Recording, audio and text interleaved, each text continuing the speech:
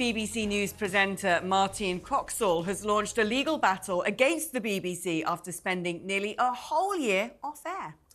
Croxall is suing the broadcaster for age and sex discrimination. This comes after the 55-year-old and 4 other female employees lost their senior positions following the merger of BBC's news channels last year. The 2-day case is set to take place at London Central Tribunal from May the 1st. Well, joining us now is Nigel Pawley, media commentator. Nigel, this isn't the first time the BBC have been dragged through the courts when it comes to ageism and sexism. Do you think Martine has a case? I think she probably has, because there's precedent, and there's quite a few precedents. They spent £1 million trying to prove that they didn't discriminate against a couple of other newsreaders in the past, and also Samir Ahmed had issues over equality and pay on very justified issues, as I recall. They are, yes, but if you look back, it goes back basically to people like Sue Barker. If you recall, if you can remember, A Question of Sport used to be quite a popular quiz show on BBC until they decided to change it and get rid of all the old people in it and bring in new people. I think it's now been axed. And Sue Barker was only in her early 60s, mid-60s, when they decided that a very prompt, very professional, very good and much-loved presenter was too old for television. They didn't say that, but that is the implication. That's definitely what Sue Barker thought, because she wanted to continue. And we have seen this throughout. Strangely, the BBC puts itself up as a paragon of political correctness and wokeness, and yet consistently, time after time, it discriminates against the old, it discriminates against women, and discriminates to anyone who doesn't fit into their current youth obsession. Yeah. And the BBC's people have been paid for a year, Kevin. Yeah, the BBC's ageism. The BBC's ageism is legendary. I mean, look at what they're doing to Radio 2. They take off they basically get rid of Britain's most popular DJ, Ken Bruce, swiftly followed by Steve Wright, who sadly went on to die. But both of them were removed from the airwaves because they were too old, according to the age-obsessed executives at the BBC. Both shows doing very, very, very mediocrely, to say the best, at least at the moment.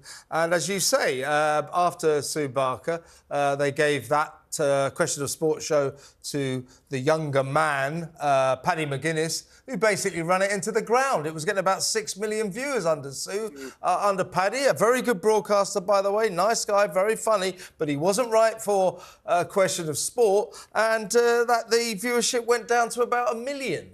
So they axed That's it. right. So, I mean, also, let's talk also while you're here, Nigel.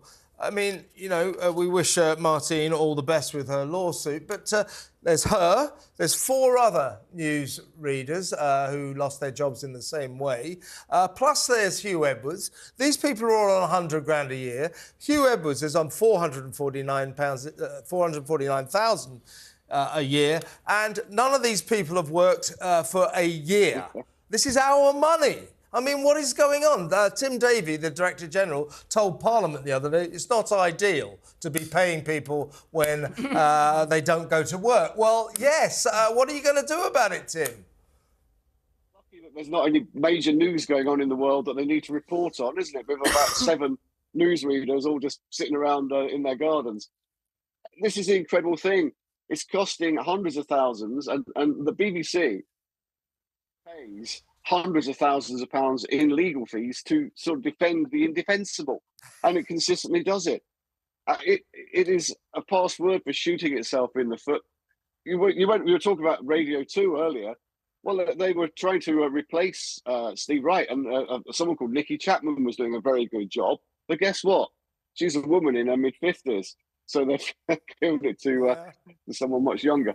It's consistently there, and it's shocking. And it's shocking that they should still be paying Hugh Edwards and these other newsreaders. I'm sure the newsreaders would actually prefer to be working. But it was a disastrous decision to actually merge the news channels in the first place. Well, I mean, Here's a question from Alex Phillips, a former female employee of the BBC. Yeah, no, that's true. I left them, though. I dumped them for UKIP. Put that in your pipe and smoke it, BBC. No, but, I mean, look, this was all part of a cost-saving exercise, and I think it's kind of ridiculous if you're taking a licence fee that the thing you get rid of is actually the UK rolling news. You'd imagine that was part of public service broadcasting, but what am I to know? But it was all part of a cost-saving exercise, and because they merged two different news channels, obviously they're going to have a surfeit of newsreaders, and they don't need them all. So is it not possibly the case that younger people haven't accrued the same salary levels and are therefore just cheaper, and that the BBC have made an economical decision? I would suggest that that was probably spot on, but I don't think the BBC will say that when they fight in an age discrimination case. But we all know that people are cheaper. We've worked in the media a long time. Kevin, we always know that you would keep rising up when the redundancies come until you're the highest paid and you're the next one for the chop. But it's a strange thing, isn't it, that whenever the BBC makes huge cutbacks, it ends up costing us more money than they cut. Yeah. They either do U-turns on axing channels like BBC Three or whatever, or they make a decision to save money. Yeah, that they end up having to spend more money to actually get themselves out the hole. But this so is basically, also, they're going to spend hundreds of thousands of pounds and still have these employees, and they're then going to have to pay them off, which will cost hundreds of thousands of pounds, or pay them, and they're basically paying them, and they haven't done anything for years, so for a year. So all in all, it's a very unsatisfactory situation. This is the BBC obsessively chasing the youth audience at the expense of the people who actually watch it, who are middle-aged or old. So they make programmes for people who don't watch the BBC because they go, we've got to get the young audience. What about the people who are watching the BBC? Oh, I don't care about them, they're old. So there's another example of ageism. And to go back to Samira Ahmed, if you remember her case, 2020 it was, sued the BBC for sexism discrimination against her as a woman, and her case was pretty open and shut because she presented points of view and she used to alternate the job with Jeremy Vine. She got £435 a show, he got £3,000 a show. The BBC had to give her £700,000 to make up for what she'd lost over the years. I mean, there you go, straight off the bat. That is sexism. It is, and perhaps the best way of saving money for the BBC is to get rid of these people who keep trying to make cutbacks and make daft decisions about, these ageist decisions. If you got rid of a whole layer of BBC management who are actually behind these policies and sort of had the vapours, if they see a woman over the age of 50 presenting on the television, then perhaps that might save licence payers a lot more money.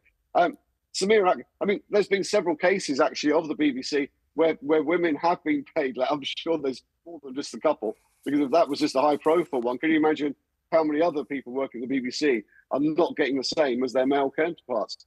And yes, the BBC is trying to correct it, but I bet there are still a few out there where people are doing the same job and they're not getting the same pay, which is scandalous in 2024.